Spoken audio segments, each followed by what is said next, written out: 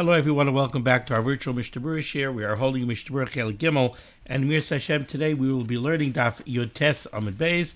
We are continuing to learn Hilchos Shabbos. We pick up today in Siman Reish Nun Beis.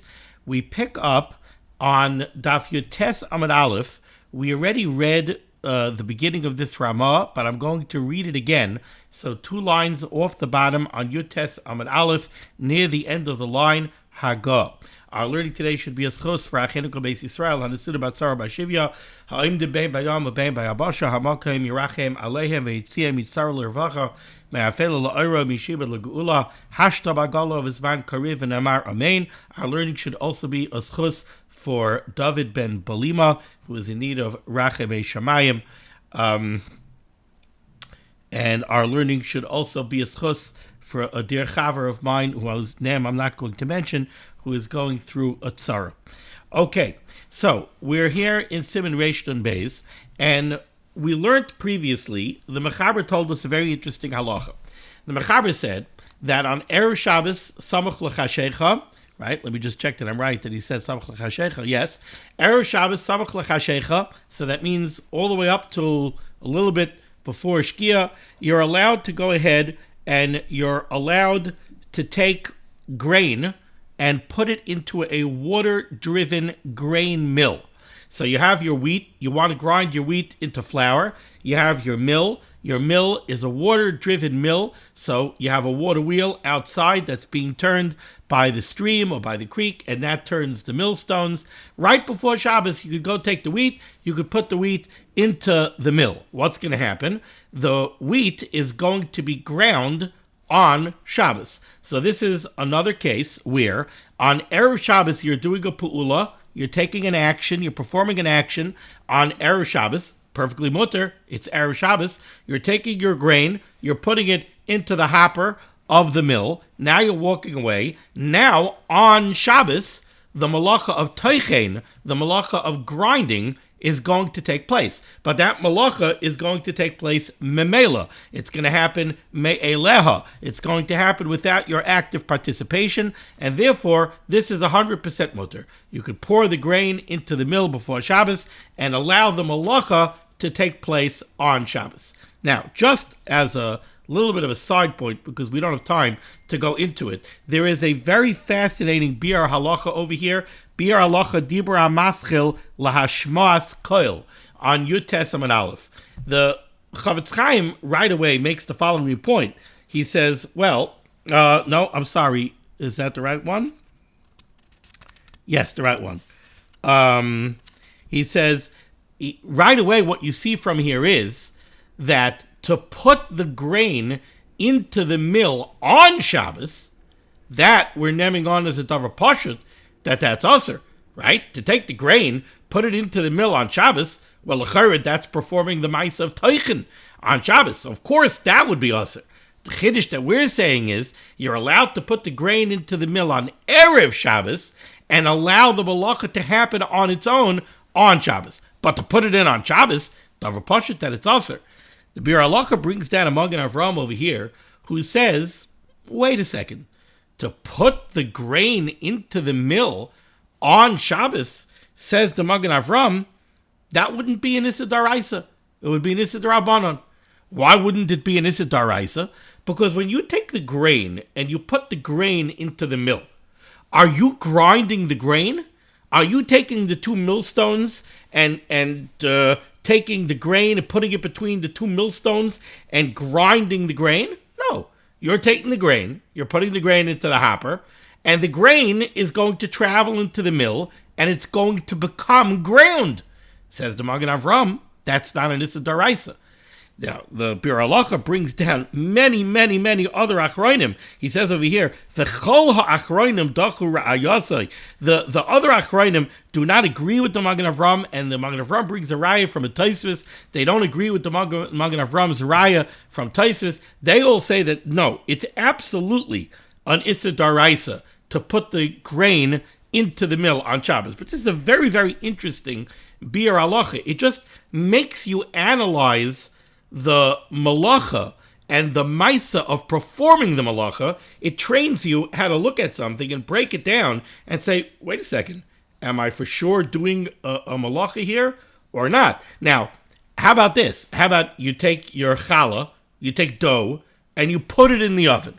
When you take dough and you put it in the oven, is the challah becoming baked immediately?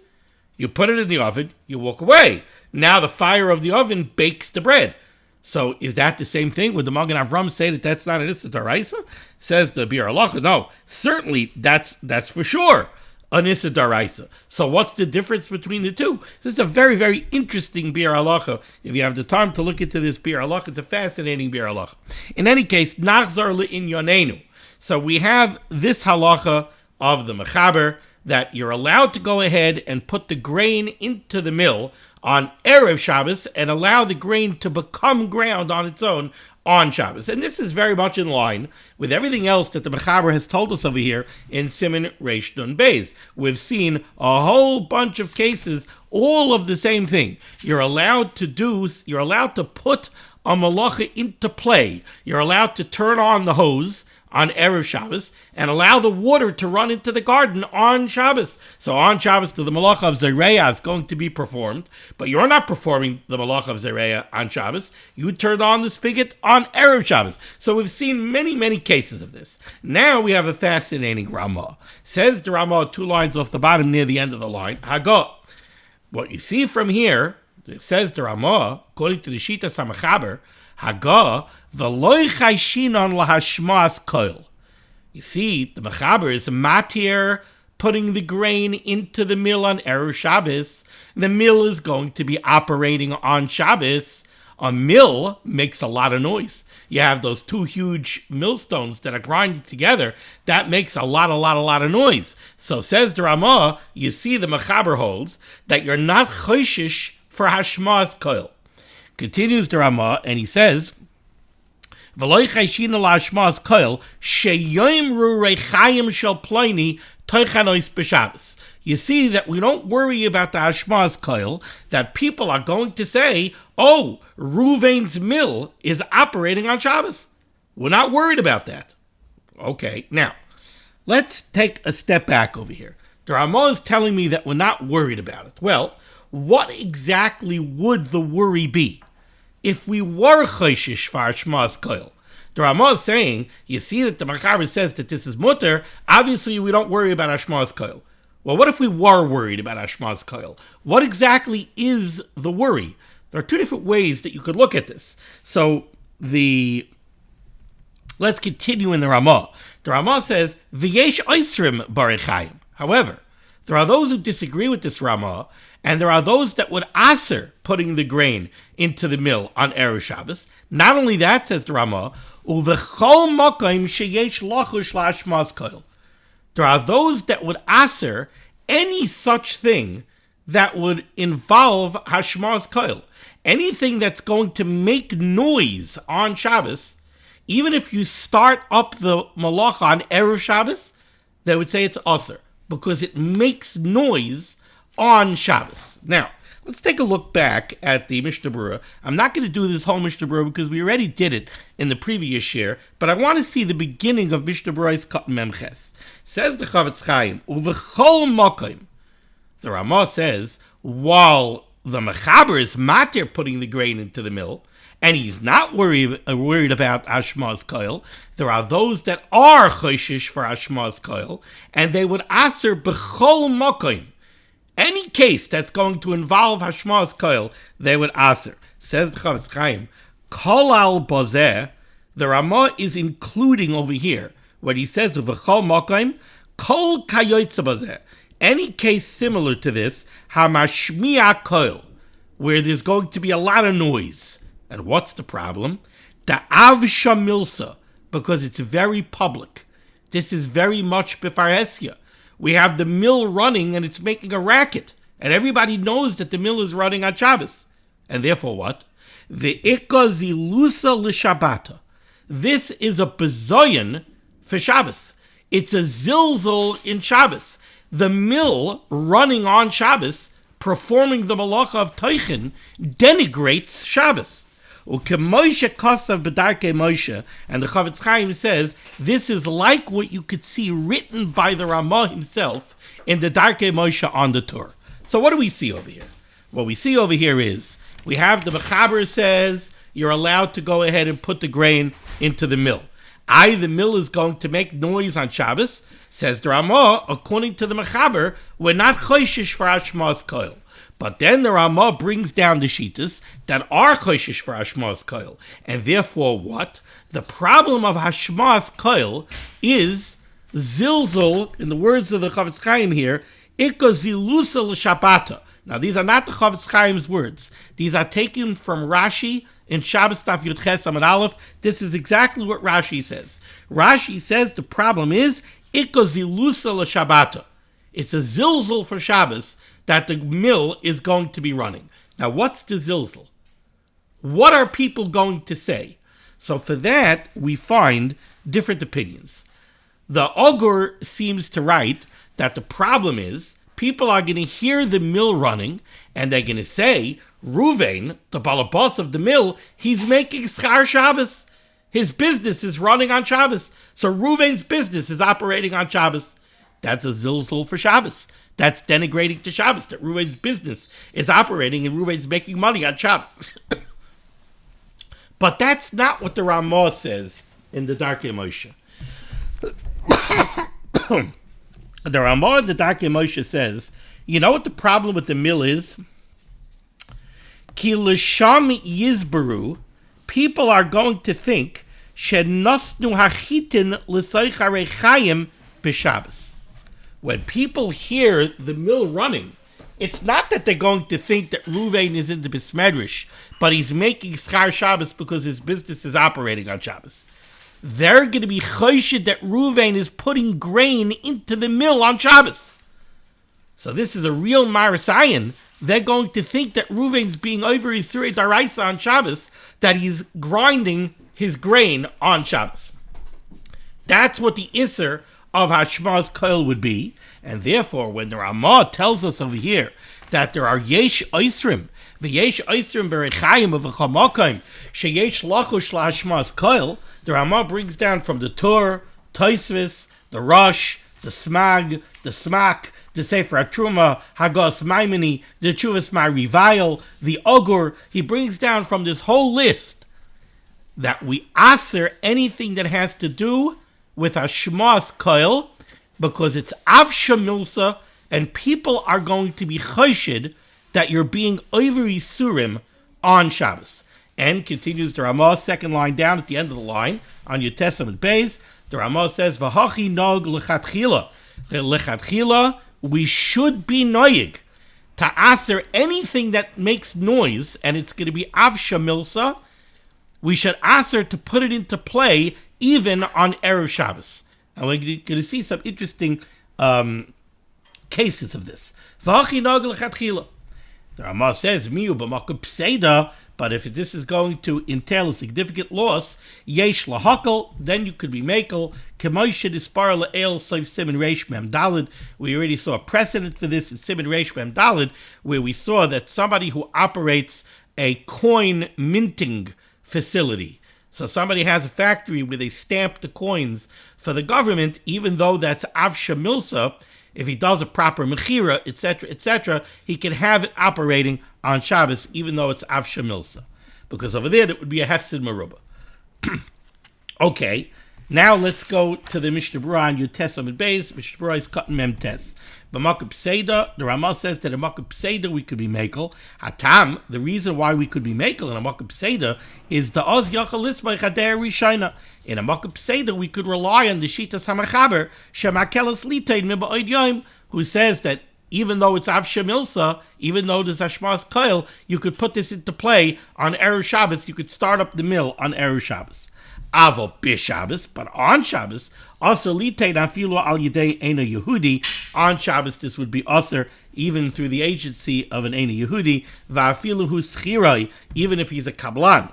Va'ayin le'el b'siman reish mem gimel b'Mishnah Berurah sifkat yud the yasa shtar mechira le'ena Yehudi to hu moicher loy al Shabbos. When I said that it would be aser even if he's your employee and he's a kablan, let me clarify that. Even if he's your schir shana, even if he's somebody that's hired for you for a year's work, so it's similar to a kablan, this would be aser, ayin le'el, Siman Reish Mem Gimel, where we went through those very complex halachas in great detail. Okay, so what do we have over here so far? So we've introduced the concept of avshamilsa. The Mechaber told us you could put grain into a mill on Erev Shabbos and allow the malacha of grinding to take place on Shabbos by itself. Jumped up the Ramah, and the Ramah said, hold it. Yesh oisrim in this case because of avshamilsa. We can't have the mill running on Shabbos. People are going to say that you're putting grain into the mill on Shabbos. This is also because of Maris Ayin. But the Ramah says in a Mokum Pseida, if there's a significant loss, we could be makel on the avshamilsa, and we could paskin like the Mechaber. We could take the Mechaber's position that we're not concerned with avshamilsa, and this would be mutter. Now, the Ramah brings up a very interesting case. 3 lines down near the end of the line. Umutter lahamid kli mishkailis. You're allowed to set up a machine that works with weights. Shekairin zeger. That's called a clock. Me'erev Shabbos. You're allowed to set it up on Shabbos. Afal pisha mashmiya koil. Even though it's going to make noise on Shabbos, lohidia hashois b'Shabbos. So this is a grandfather clock that's going to chime on the hour on Shabbos. Now, believe it or not, back in the day when they had milkmen and egg delivery people, they also had clock winders. They would have somebody who came to the house to wind your clock. Winding the clock was a little bit of an intricate ordeal. The way a good old-fashioned clock worked, right? You have the clock works with gears and springs, etc., etc. But what drives it? What gives the energy to the clock to operate? So a wind-up watch, uses a spring. When you wind the watch, you're tightening a spring. And now that spring, as the spring loosens, it's driving the mechanism of the watch. In a big grandfather clock, they didn't use a spring. They had weights and counterweights. So you would lift up the weight, and the weight would fall slowly over time. There's a counterweight working against it, but the weight is heavier than the counterweight. And that's what drives the gears and everything else that makes the clock operate, and that's what activates the chime. So now think about this. L'chera, this is another example of Siman Reish Nun Beis. What you're doing is you're putting the malacha into play on Erev Shabbos. On Erev Shabbos, you're winding the clock or you're adjusting the weights on Erev Shabbos, and that is going to allow the clock to operate on Shabbos, and on Shabbos, the clock is going to chime. And when the clock chimes, that's an Isidrabanan of Hashma's Koil. Now, it also brings up this Ramah. Now you have something that's happening on Shabbos. You would jump up and you would say, okay, this is mutter. You're putting the malacha, the Isid Rabbanon of Hashmas Koil, you're putting it into play on Erev Shabbos, and you're allowing it to take place on Shabbos of its own volition. It's happening on Shabbos without your active participation. So this should be mutter. You're right. According to the Mechaber, who's not worried about Hashmas Koil, it would be mutter. But how about according to the Ramah? The Ramah is worried about avshamilsa. At 11 o'clock Shabbos morning, the grandfather clock is going to chime. Everybody's going to hear it. So that's avshamilsa. People are going to think maybe that you wound up the clock on Shabbos.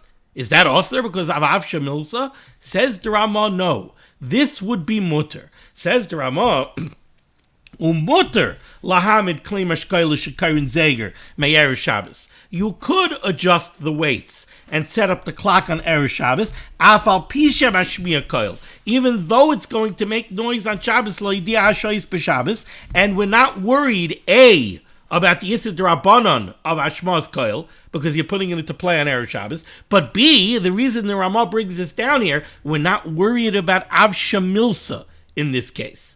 In this case, even though it's avshamilsa, it's mutter. Why, says the Ramah?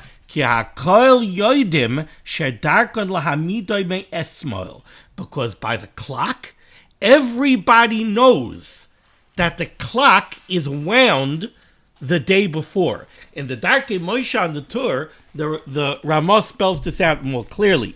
The Ramah says over here, he says, This is not similar to putting the wheat into the mill.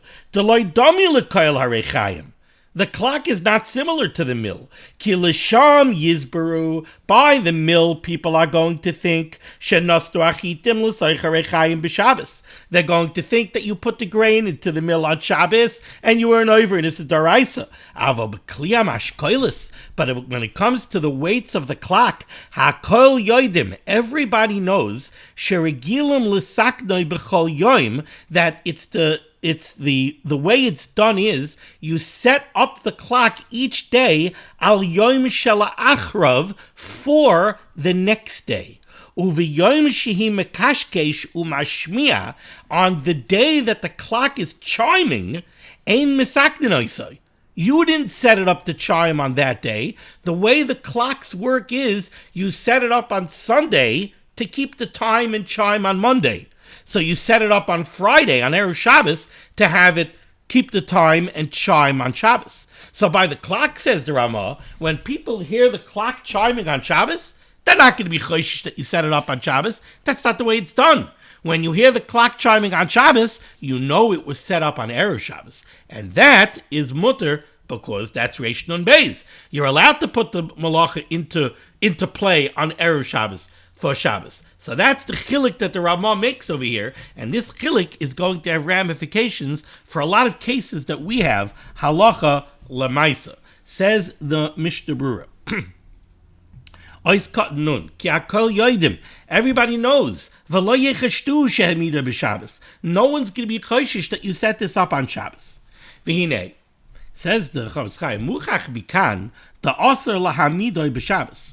One thing we see over here, says the Chavetz Chaim, very clearly, is that obviously if the Ramah had to tell me that it's a mutter to set up the clock on Erev Shabbos, but it's aser to set it up on Shabbos, and even to ask an Eina Yehudi to wind the clock and adjust the weights on Shabbos, and even mitzvah. And even if the reason you want the Eina Yehudi to do it is for a mitzvah, what's the mitzvah? Leidas man kriya shema utfila, so that you should have a clock and you should know when Zman kriya shema is, you should know when Zman tefillah is, gam kein tzarech iyan. It would be tzarech iyan, says the Mishnah Berurah, if you would be allowed to ask an Eina Yehudi to set up the clock on Shabbos for a dvar mitzvah. The efshir de yesh by malaka dvar Torah. Because it could be that winding the clock and adjusting the weights is an Issa Daraisa. What Issa Daraisa would it be? The only Issa Malacha that I discussed so far with the clock is the Issa Darabanan of Hashmas Koil. But the answer is Tikkun Moneh, Maka Bepatish, fixing a keli, or finishing a keli and making it work. You see, when you have a clock that's not operating, to a certain extent, it's a broken machine. You have a clock, you stand there, what time is it? Well, that's not the right time. That's at least 4 hours behind. So is the clock operating? No, it's not doing what it's supposed to do. When you wind the clock, or the clock with weights, when you adjust the weights, and now the clock starts to operate, now you've put the machine into operation. And the question is that the Issa Daraisa of Makeh B'Patish and Tikkun Moneh? So that's why the Chavetz Chaim says, it's not pashut that you're to do this on Shabbos might be an Issa Daraisa. To ask an Eina Yehudi to do it, if it's an Issa Daraisa, that's Amir La'akum. To ask an Eina Yehudi to do it for a Dvar Mitzvah, to wake you up for Shachris, or for Zman Kriya Shema, or for Zman Tefillah, that's Amir La'akum. That's a Shvus, L'tzorich Mitzvah, but it's on a Daraisa. So it's not a Shvus to Shvus. We paskin that a Shvus to Shvus, if you want to ask an Eina Yehudi to do an Issa D'Rabbanan for a Dvar Mitzvah, a Shvus to Shvus b'Makom Mitzvah is mutter. But a Shvus alone, a single D'Rabbanan, is Aser. Amir La'akum is Aser on a Daraisa, even L'Dvar Mitzvah. Okay, says the Mishnah Berurah weiter. And therefore, this wouldn't be mutter through the agency of an Eina Yehudi, even b'makom mitzvah. He brings this down for the Pri Megadim, and he says, Ayin Sham Sheherich Oid, where the Pri Megadim has an arichos about this. bazeh. Now, it's kedai, before we go weiter, it's kedai to see a couple of Dirshu footnotes over here. Dirshu footnote number 28 brings up a very, very commonly asked shaila, and that is the shaila of setting an alarm clock on Erev Shabbos. L'chari, that's exactly what we're talking about here. You want to set up a clock on Erev Shabbos that's going to make noise on Shabbos. Now, the Ramah said that that's mutter. Why did the Ramah say it's mutter? The Ramah said it's mutter ki akol yoidim. Everybody knows that the way it's done is it's set up the day before. When a big old grandfather clock chimes on Shabbos, everybody knows that the setup was done on Erev Shabbos. But how about our alarm clocks? How does that factor into our alarm clocks? So it says over here, Erev Shabbos. You want to set up an alarm clock on Erev Shabbos, Kadeshi Yitzalzel b'Shabbos, so that it should ring on Shabbos. Kasa b'Shabbos tshuva sigris Moshe. It's a famous tshuva of the Yeshiva Zatzals for Moshe's in Yigris. She'em nishma tziltzol michutz l'cheder shabayu yashen. If the alarm is going to be heard outside the room that you're sleeping in, aka avshamilsa, if it's going to make noise and it's going to be public, people are going to hear the noise outside your room. You have other people sleeping in nearby bedrooms. Hadavar also misham avshamilsa. The Yeshiva Zatzal in the Tshuva wrote that setting an alarm clock on Erev Shabbos is also because of avshamilsa. Why? Kevan should be a mois hachayil, because the Yeshiva Zatzal reasoned, normally during the week, when did you set an alarm clock? Now, I didn't open up the Igris to see the exact date of this tshuva, but I know that it's an old tshuva. So this is not a tshuva that the Yeshiva Zatzal wrote in 1985. This is an old tshuva. People are listening to saying, Rabbi Weiss, 1985 is old. But no, this is not a relatively modern tshuva. This is an older tshuva. And he says the reason the alarm clock is usher is people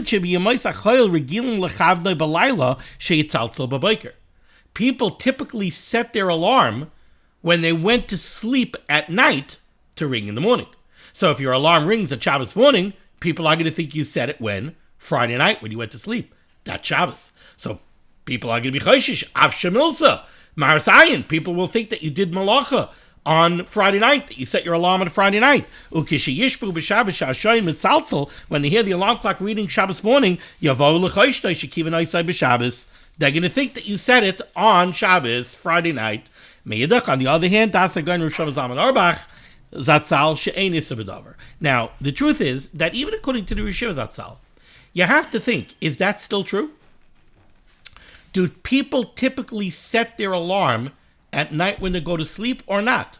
With the newfangled alarm clocks, and especially with this generation, with their phones, and the phones have multiple alarms, and you could set 27 different alarms, that if it's Tuesday and it's sunny outside, it should ring at 5. And I don't know if it's so certain that people still set their alarms at night before they go to sleep, or the alarms are running. They're set, and you almost never adjust them. You don't touch them. I don't know.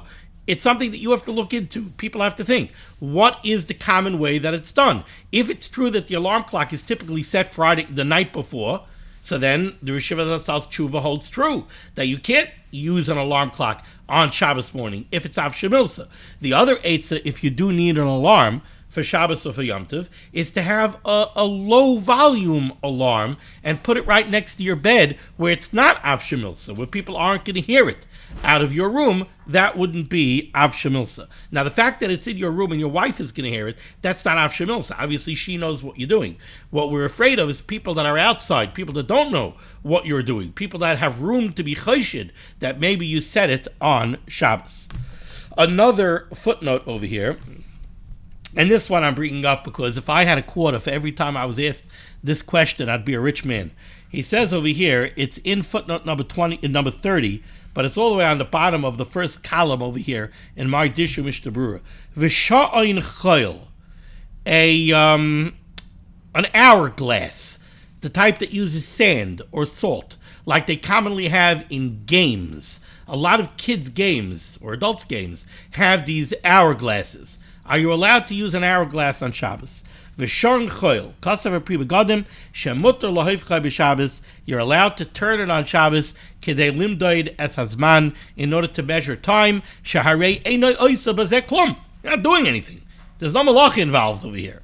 V'aval bi shekli shemalachta l'isseru. He says over here, for the pri begadim, that it's technically a kli shemalachta l'isser.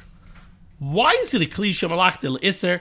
If memory serves, the reason he calls it a kli shemalachta l'isser is because you usually use it in context of isser, like to time cooking, etc., etc. But he says, even if you're going to call it a kli shemalachta l'isser, you would still be allowed to manipulate it and use it in order to measure time. This would be like using a vice grip. A vice grip is a tool, which is muktzah, but you're allowed to use it to break open a walnut on Shabbos, because it's a kli shemalachta l'isser, that it's a utensil that's made to perform meleches isser, but you have a heter dika use for it. You have a use for it that's perfectly mutter. It's perfectly mutter to break open a walnut on Shabbos. So you're allowed to use a kli shemalachta l'isser if you're using it l'tzarech gufay, if you're using it for what it's meant to be used in an oifen of heter. So are you allowed to use an hourglass? Yes, you are. Very interesting sif over here, Reish Nud Beis, sif hey, and now we move on to sif vav. Okay, that took a little longer than I thought, so we have to move quickly. Says the Mechaber sif vav, and this is taken directly from a Mishnah in Shabbos, Yod Aleph Amud Aleph. Says the Mechaber, Lo Yetze Adam Erev Shabbos. A person is not allowed to go outside Erev Shabbos, Samach L'Chashecha, close to Shabbos, which the Bir Halacha says means within a half hour of Shabbos. So Yetze Adam Erev Shabbos Samach L'Chashecha, a person cannot go out on Erev Shabbos very close to Shabbos, B'machdoi biyadoi, carrying his sewing needle, which was something that was very common for people to carry. So you have your sewing needle, you're not allowed to go outside, you're not allowed to leave the house on Erev Shabbos and go out into the Rosh Hashanah carrying your needle a half an hour before Shabbos. V'loi b'kol musai, this is something that is much more contemporary for us, carrying a pen. You can't go out Erev Shabbos within a half hour of Shabbos carrying your pen. What's the problem over here? Says the Mechaber, quoted from the Mishnah, Shema yishkach v'yoytzi, lest you forget that you're carrying something on Shabbos, and you might perform the malacha of hoitzah. Let's take a look over here at the Mishnah Berurah. So first of all, right off the bat, the Mishnah Berurah tells us, in Ois Katan on Aleph, b'machtoi, the Mechaber is coming off of the Mishnah, and he talks about a sewing needle. Says the Mishnah Berurah,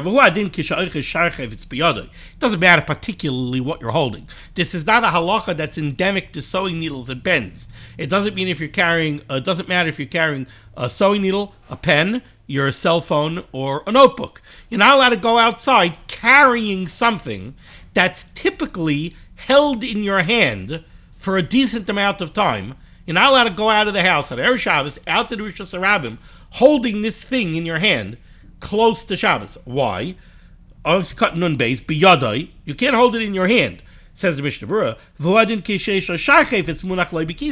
Or with something in your pocket. It doesn't have to be in your hand or in your purse. Any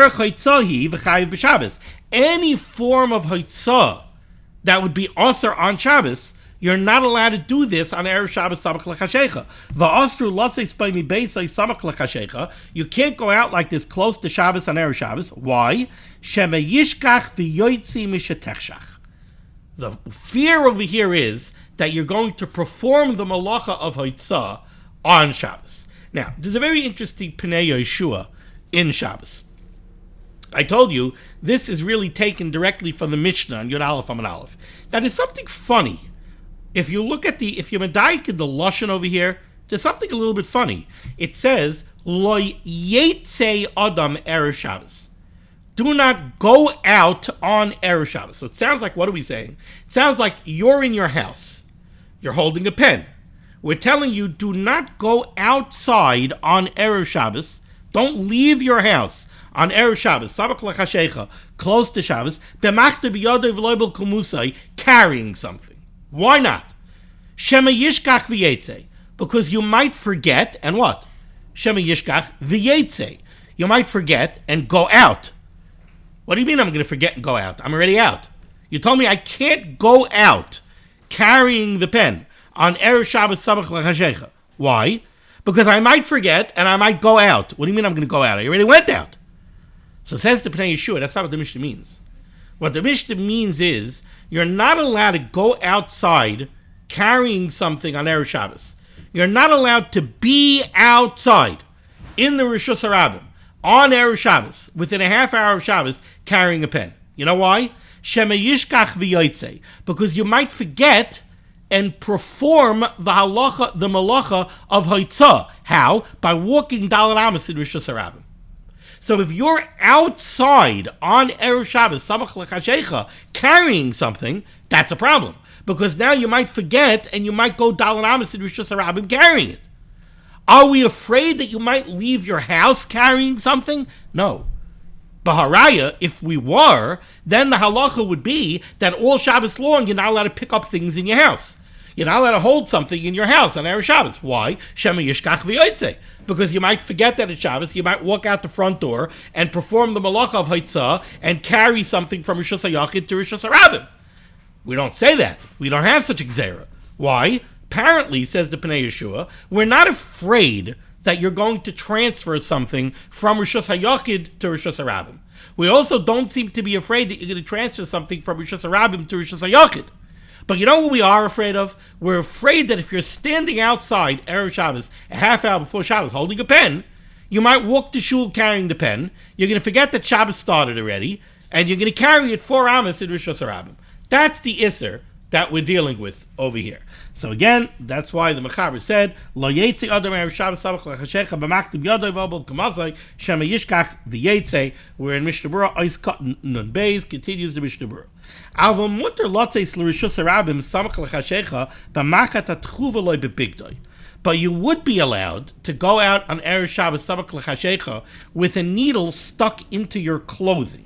Or anything similar to that, the Indian Shem Hayoytse by B'Shabbos Potter Midaraisa, where the Haitzah would only be a Darabanan.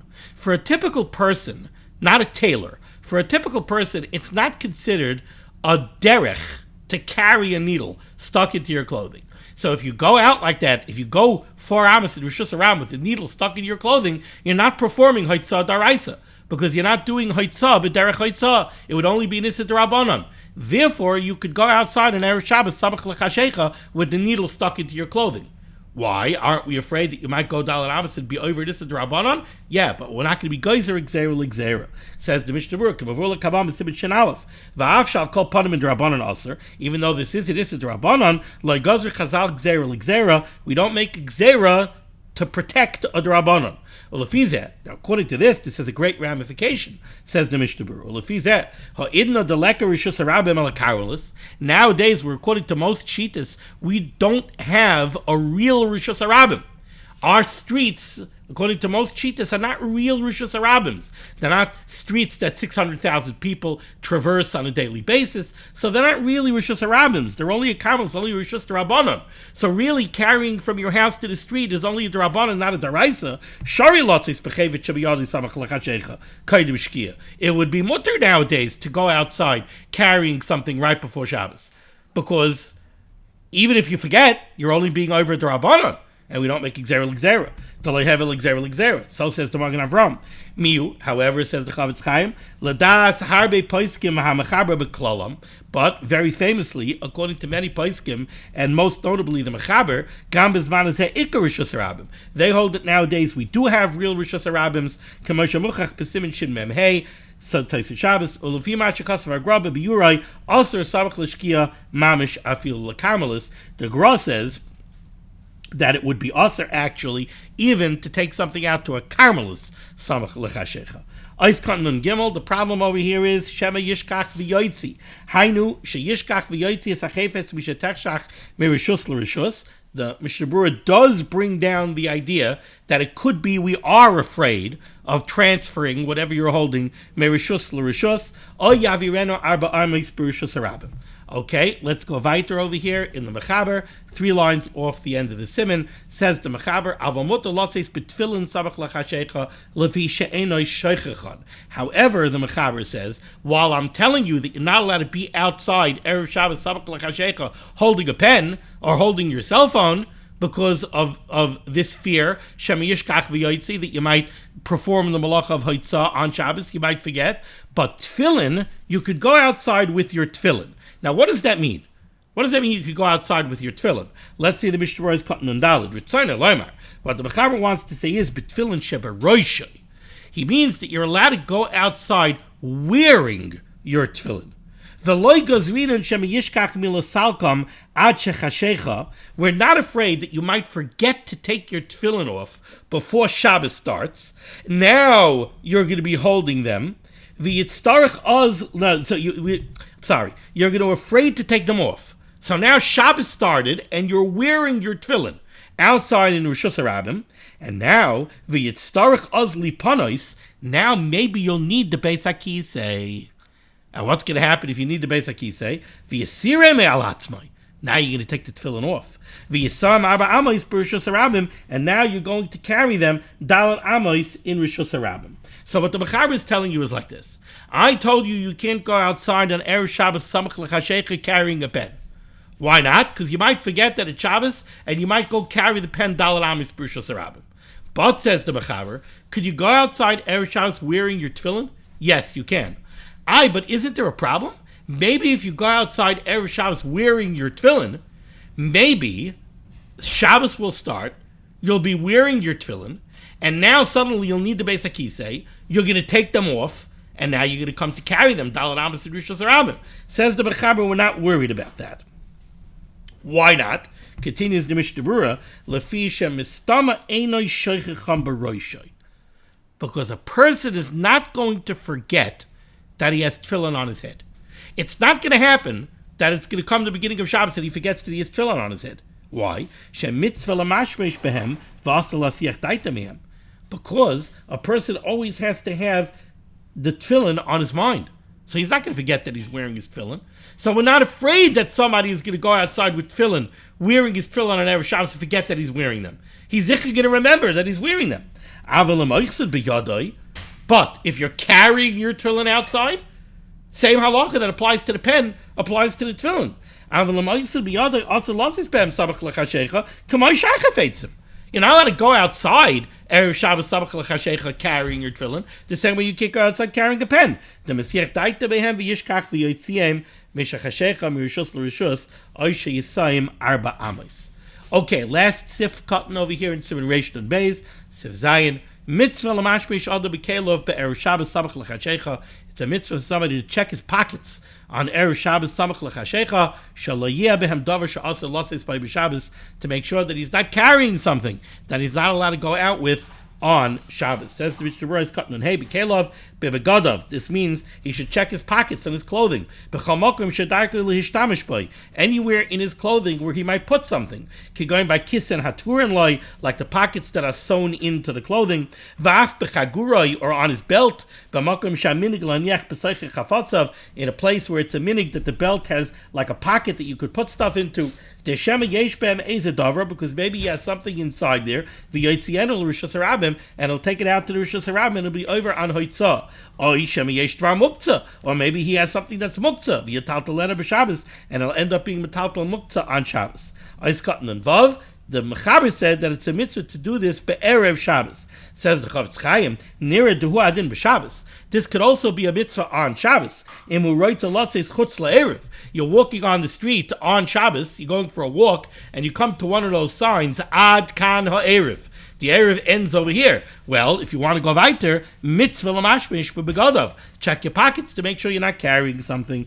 V'huraga losses b'kisei davar amutal tatal shetzarech l'mashmish mitchila. This concludes Siman Reish and Beis. Thank you so much for joining me for limud HaTorah. This list of limud HaTorah should be Megan and God's Klal Yisrael. The Ran Shem should say Yeshua Sefurus Parnas and Shidduchim to all those in need. We should be zeicher to see the BS called Tzedek. B'meher v'yameinu. Amen. Be well.